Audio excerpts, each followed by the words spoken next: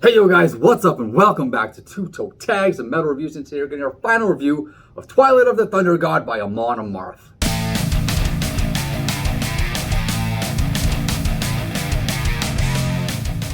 Alright, so we're doing the final review for the album you guys chose for the winner of the Battle of Sweden tournament, Amon Amarth, Twilight of the Thunder God. We've been listening to it all week, and you know what, I'm going to hand the floor to TV Fish. I'm interested in what you think about it.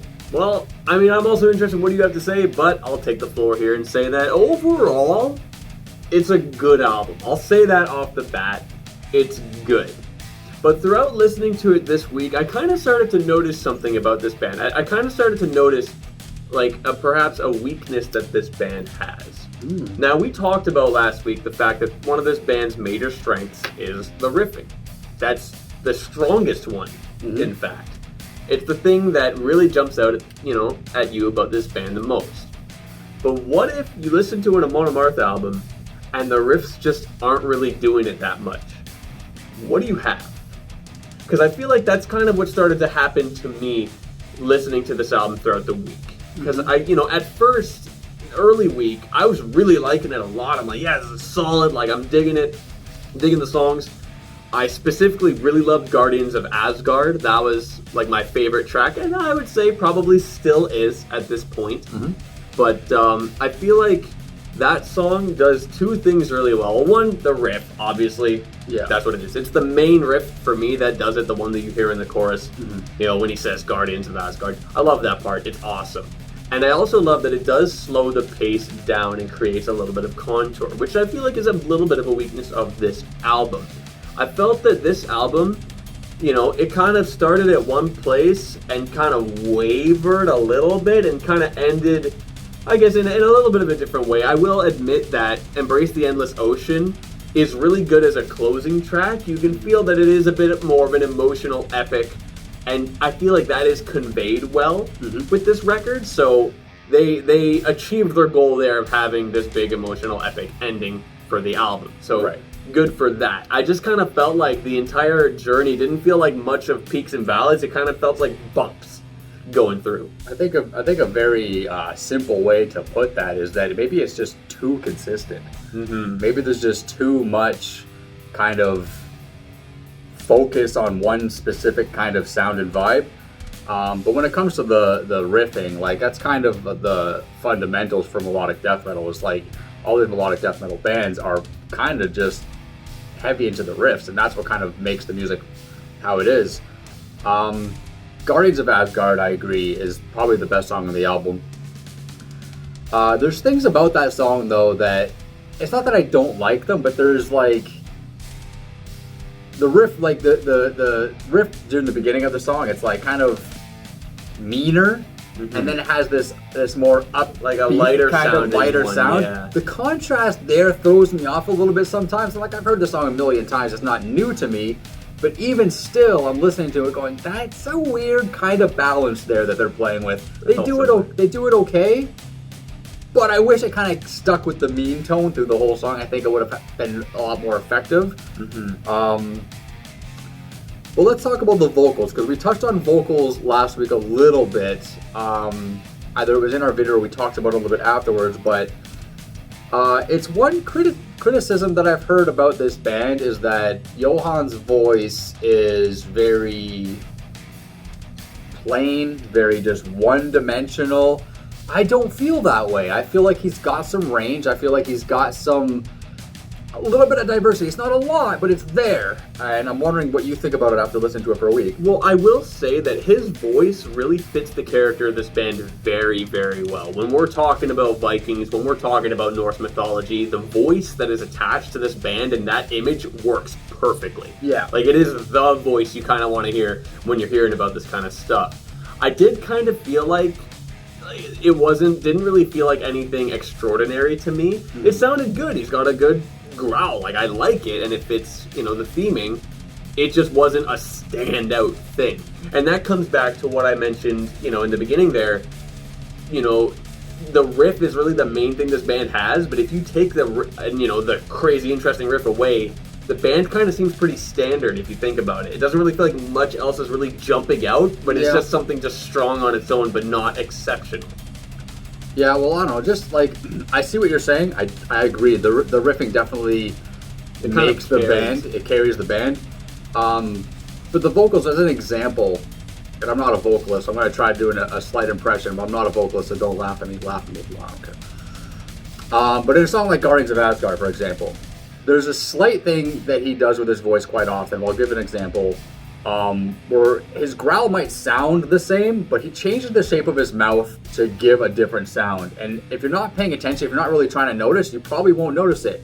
But during the verses, he sings more like, right? Like, what's one of the lines? I'm not even gonna try to sing it, but it's more like, and then when he's singing the chorus, or I think the pre-chorus, he opens his mouth, it's more like a, right? Yeah. Right? It's like, we will face our enemies. And then, what's the chorus? We are Guardians of Asgard.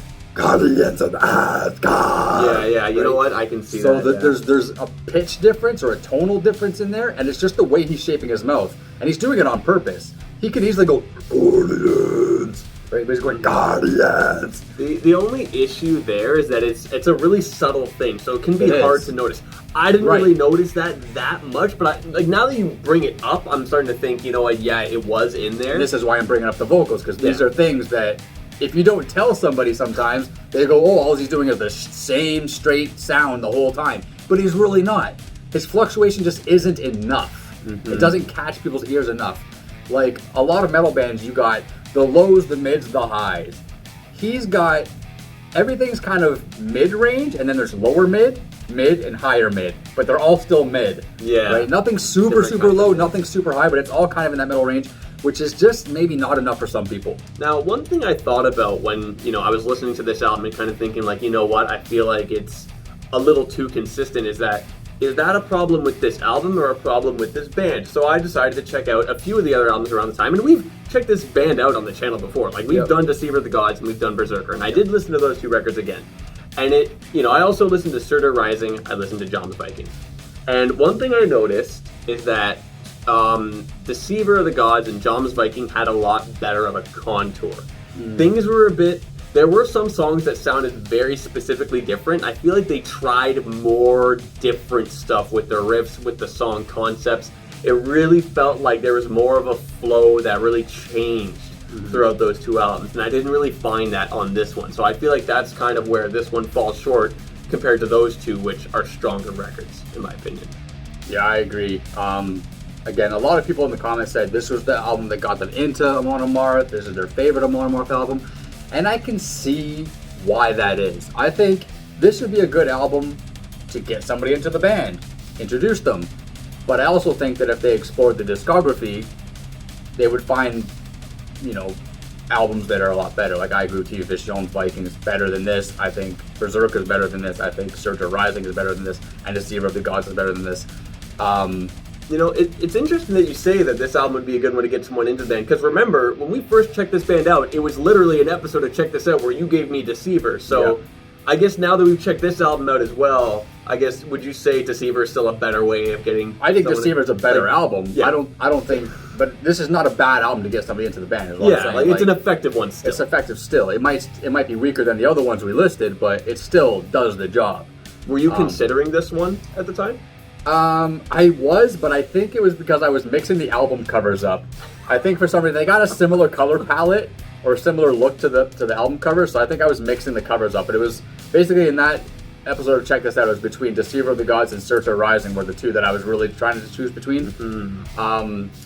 But I mean, this album still has its strong points. Guardians of Asgard is a great song. Live for the Kill is a great song.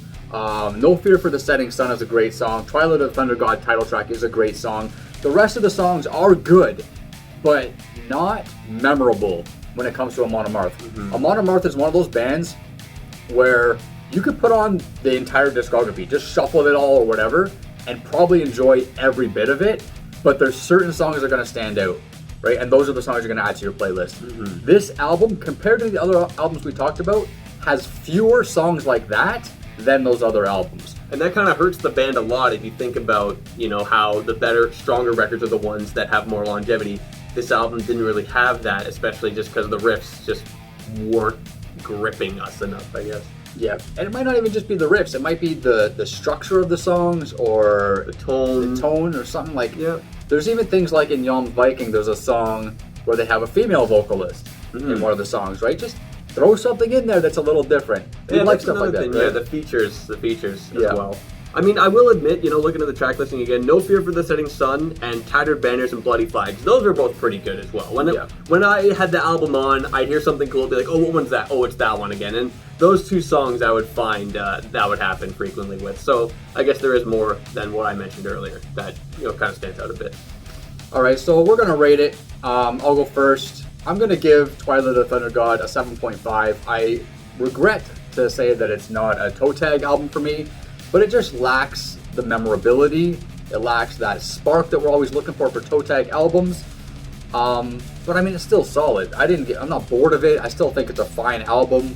I just wish that Search Rising would have been the pick. I think that would have been a much more fun listen throughout the week, and that definitely would have been a toe tag for me. But 7.5 still solid. I'm not trying to hold anything against it. It just is missing that spark. All right. As for myself, I do think this record is good, but I do feel like the pitfalls with it kind of just drain some of the enjoyability, and it just kind of gets a little stale in that regard. However, it's still overall a good album. I can't call it bad at all. So it's going to be getting a 6 from me. That's all right. 6 from TV Fish, a 7.5 from me. But as usual, leave your thoughts down below. Do you agree with us or not? What are your scores on this album? And yeah, let us know. Like this video if you liked it. Subscribe if you guys are new to the channel. We'll see you guys on the next video. I'm Vile Self. I'm TV Fish. Keep those heads banging.